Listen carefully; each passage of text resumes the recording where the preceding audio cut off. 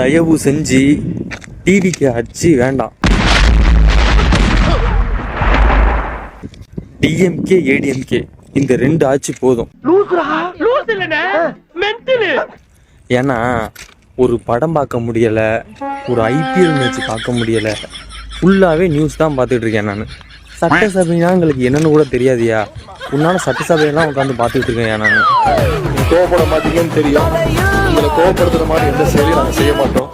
இப்படியே போனால் பொலிட்டிக்ஸில் இன்ட்ரெஸ்ட் வந்து அப்புறம் நாங்களும் பாலிடிக்ஸுக்கு தான் வரணும். அப்புறம் இத்தனை நாள் வாழ்ந்துக்கிட்டு இருந்த கட்சிக்காரங்க அரசியல்வாதிகள் என்ன பண்ணுவாங்க? நீ மெட்ராஸ் வந்தீங்கன்னா உனக்கு பெரிய எதிர்காலம் இருக்கு. உங்களுக்கு எனக்கு நீ டவுட் தான்ப்பா, டவுட் தான்.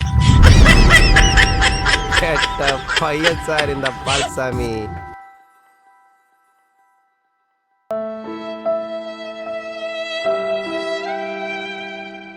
என்ன கோட்டச்சாமி?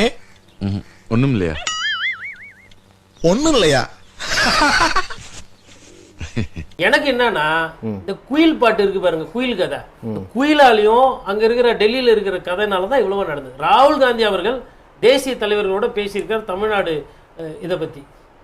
அப்ப என்ன ஆகுதுன்னா இங்க ஒண்டி இல்லை, இது டிசைன். அதாவது ஓட்டு போத்த மக்கள் கிட்ட போய் கேட்டீங்கன்னா எனக்கு ஒண்ணுமே புரியலங்க, என்னங்க நடக்குதுன்னு வாங்க. உங்களுக்கு எல்லாம் ஒரே குழப்பமா இருக்குல்ல? ஆமா. இப்ப என்ன ஆகி போச்சுன்னா ஓட்டு போட்டது ஜென்ராம் சார் சொன்ன மாதிரி 108 சீட்டு தான் வந்து தாவேக்கா. இது இப்படியே போச்சுன்னா 214 தொகுதியிலுமே வந்து நாங்க விஜய்க்கு ஆதரவு.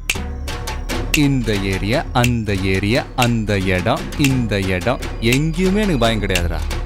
ஏன்னா ஆல் ஏரியாவிலையும் ஐயா கில்லிடா. அதாவது 2 பேர் கொடுக்க மாட்டாங்க. ஒன்று கடைசியாக நிற்க போகிறது உதயநிதி ஸ்டாலின், இன்னொன்று எடப்பாடி பழனிசாமி.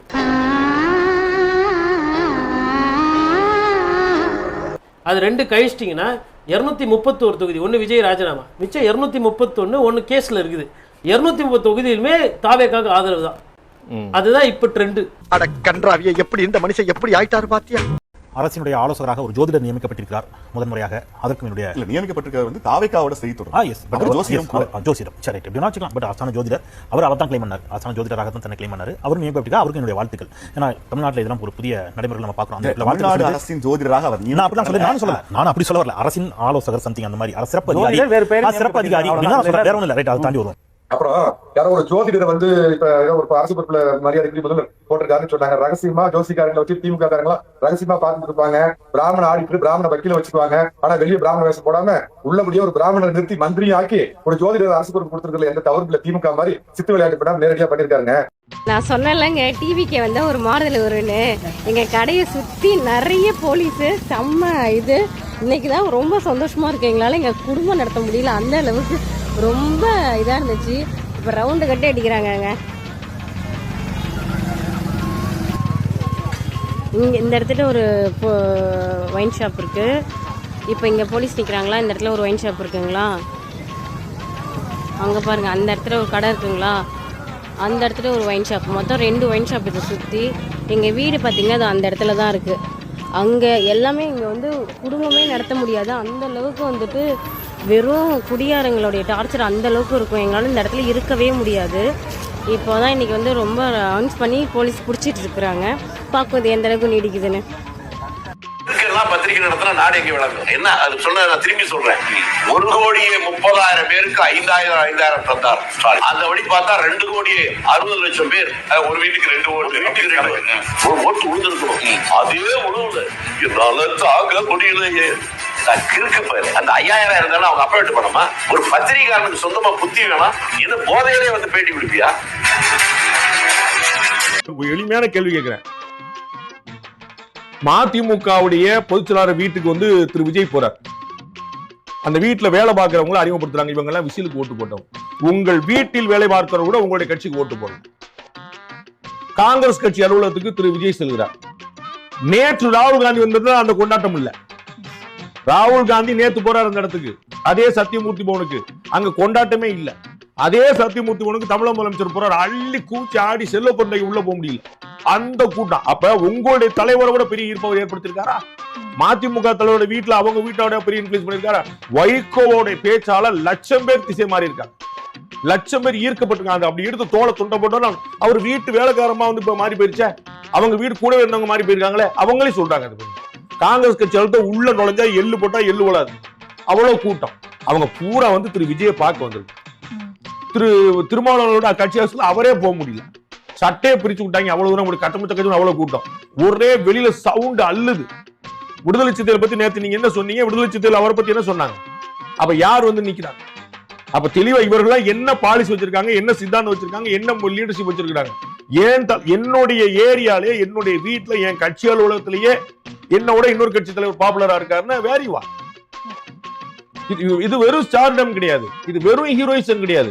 உங்களுடைய கட்சி நீங்க எங்க வச்சிருக்கீங்கன்னு பாக்கணும். அப்ப அதிமுக உடைச்சிட்டு போயிட்டாருன்னு அப்படி உடைச்சிட்டாரு சதியா பாசிசமா, அது கிடையாது. நீங்க எங்க இருக்கீங்க? இன்னொருத்தர் வந்து அசைச்சு போறதுக்கு அது கோட்டையா ஓட்டையா? ஒரு கோட்டை ஒருத்தர் வந்துட முடியுமா? அப்ப உள்ள வந்து ஒருத்தர் சாதாரண ஆட்டி விட்டு போறாருன்னா அவர் தான் கிங். அதுல என்ன குழப்பம்? பாஜக அதிமுக கொடுத்துருக்கிற தாவேக்கா கொடுத்துருக்கிற ஃப்ரீ ஹிட் தான். ஆனா அது யாரு கோல் அப்படிங்கறத மட்டும் நம்ம பொறுத்து இருந்து பார்ப்போம். இல்ல என்னன்னா, நம்ம முன்னாடி இருந்தே பேசுற மாதிரி நான் கேட்டது அதான் பதில் வந்துருச்சு. சிவி சண்முகம் இதெல்லாம் வருது. என்னன்னா இன்னைக்கு வந்து ஓகே நடக்கிறது என்ன அப்படின்னா, ஒரு தரப்பு தாவேக்காவுக்கு ஆதரவு தர போறாங்க, அந்த தரப்பு பாஜக அப்படின்றது. என்னன்னா இதுக்கு முன்னாடி திமுக அதிமுக எல்லாம் பேசப்பட்டது, அவங்க வரப்ப மட்டும் அது பாஜகவா இருக்காதா அப்படின்ற கேள்வி. இப்ப சிவி சண்முகம் கூட்டணியில இல்ல அப்படின்னு சொல்றப்போ, ஆதரவு அப்படின்ற நிலைப்பாடு எடுக்கிறப்போ அங்க வந்து பாஜக என்னன்னா கூட்டணியில இருந்து வெளியேறினா விசிகா இன்னும் கம்யூனிஸ்ட் காங்கிரஸ் எல்லாரையுமே ஒரு தரப்பு பாஜகவா தான் அணுகும் அப்படின்னு சொன்னவர்கிட்ட நான் இதுக்கு மேல கேள்வி கேட்க முடியாது. யாரு வந்தாலும் அது பாஜகவா தான் இருக்கும். இப்படியே சொல்லித்தான் ஒரு உறுப்பினருக்கு கொண்டு வந்து நிப்பாட்டி இருக்கீங்க. இன்னும் பேசுங்க. அடுத்த முறை தாவேக்கா இன்னும் தீவிரமாக களம் கண்டு அந்த ஒரு உறுப்பினருக்கும் என்னன்றது சொல்லிடுவாங்க அப்படின்றதா. ஒட்டுமொத்தமாக இங்க யாருக்கு ஆதரவாக வந்தாலும் இப்போ அமைஞ்சிருக்கிற தாவேக்காவினுடைய அரசு மேல தொடர்ந்து சொல்லப்பட்டது எங்க தோழமை கட்சிகளுடைய ஆதரவோட இந்த கூட்டணி இந்த அரசு அப்படின்றது. இப்போ அந்த பக்கம் இருந்து ஆதரவு வந்துருச்சு அப்படின்னா என்னன்னா அது அவங்க சொல்லவும் முடியாது, கிளைம் பண்ணவும் முடியாது. நாங்கள் இல்லாமல் நடக்கக்கூடிய எங்கள் ஆட்சி அப்படின்லாம் சொல்லிக்க முடியாது அப்படின்றதுல இருந்து நகர்ந்து, அதாவது அவங்க நிலையான ஆட்சியும் கொடுத்துடக்கூடாது, இந்த தயவுலையே எப்ப விழுகும்னே ஆண்டுகிட்டு இருக்கணும், இதுல நாமளும் குத்தம் சொல்லிக்கிட்டே இருக்கணும். இந்த குத்தம் சொல்றதையும் உத்து பாக்குறதையும் கடந்த 5 வருஷத்துல பண்ணியிருந்தாலே அந்த தரப்பு எதிர்கட்சியா இன்னைக்கு வந்து உட்கார வேண்டிய நிலைமையே வந்திருக்காது. ஆனா இங்க எல்லாத்தையும் சொல்ல வேண்டியது, குற்றம் சாட்ட வேண்டியது, ஒன்னொன்னுக்கும் குற்றம் சாட்ட வேண்டியது. இன்னொன்னு சிவி சண்முகம் தரப்பு ஆதரவு எடுக்கிறாங்க, அந்த நிலைப்பாடு எடுக்கிறாங்க அப்படின்ற பட்சத்துல அவங்க மேல இப்போ இருந்தே பாஜக சாயம். நாளைக்கு நிலைப்பாடு தெரிவிக்கப்பட்டால் கண்டிப்பாக அது பாஜகவினுடைய வேலை அப்படின்னு சொல்வதற்கு எல்லா இதுவும் இருக்கு. ஏன் இங்க யாருமே சுய புத்தியோட செயல்பட மாட்டாங்களா? யாருக்குமே ஒரு நிலைப்பாடு தெரிவிக்கிறதுக்கான உரிமை இல்லையா அப்படின்ற கேள்வி. இன்னொன்னு ஏதோ சொன்னீங்களே, சாரி நான் மறந்துட்டேன். ரொம்ப முக்கியமான ஒன்று, ஒரு தனி மனிதனுடைய உறவுகள்ல இல்ல உரையாடல்கள்ல குற்றம் சொல்றது, குறை சொல்றதுங்கிறது புரிதலும், ஆட்சி மீதான விமர்சனங்களை குறை சொல்றது, இது குறை சொல்றது. அந்த விமர்சனங்களை நீங்க இப்போ சென்ற முறை வைக்கலையே, பண்ணலையே. எல்லாத்துக்குள்ள வந்து நின்று எல்லாத்துக்கும் நீங்களா பதில் சொல்றீங்க. அந்த மாதிரி பண்ணாதீங்க. அங்க என்னன்னா அங்கொன்றும் இங்கொன்றுமாக நடந்ததுன்னு அங்க சொல்லி இங்கிட்டு வந்தோம்ல. ஆனா இங்க வரப்ப மட்டும் அதை வந்து உடனே பூதாகரமாக்கணும். அதாவது இது நடக்காமையே போயிருமா, இதெல்லாம் நின்றுமா அப்படின்றப்ப அதுல ஒரு வன்மம் வெளிப்படுதுல, அதையும் பண்றீங்க. அது அங்க பண்ணியிருந்தாலே அதுவும் குற்றம் இல்லாத மக்களுடைய கிரவுண்ட்ல என்ன ரியாலிட்டி அப்படின்றது தலைமை காதுக்கு போயிருக்குமே. அங்க அந்த அப்படியான ஒரு சருக்களையும் ஒரு சரிவையும் அங்க சந்திச்சிருக்க வேண்டாமே. களத்துல என்னவோ அதை பேசலாம், அதை எல்லாரும் பேசலாம் அப்படின்றதுதான். இப்போ நான் இந்த தரப்புல முன்வைக்கிறனாலேயே குற்றம் குறை இருந்தா நான் பேசாம நிக்க போறேன்றது கிடையாது. அதை நீங்களும் பண்ணிருக்கணும், பண்ணுங்க அப்படின்னு நான் சொல்றேன்.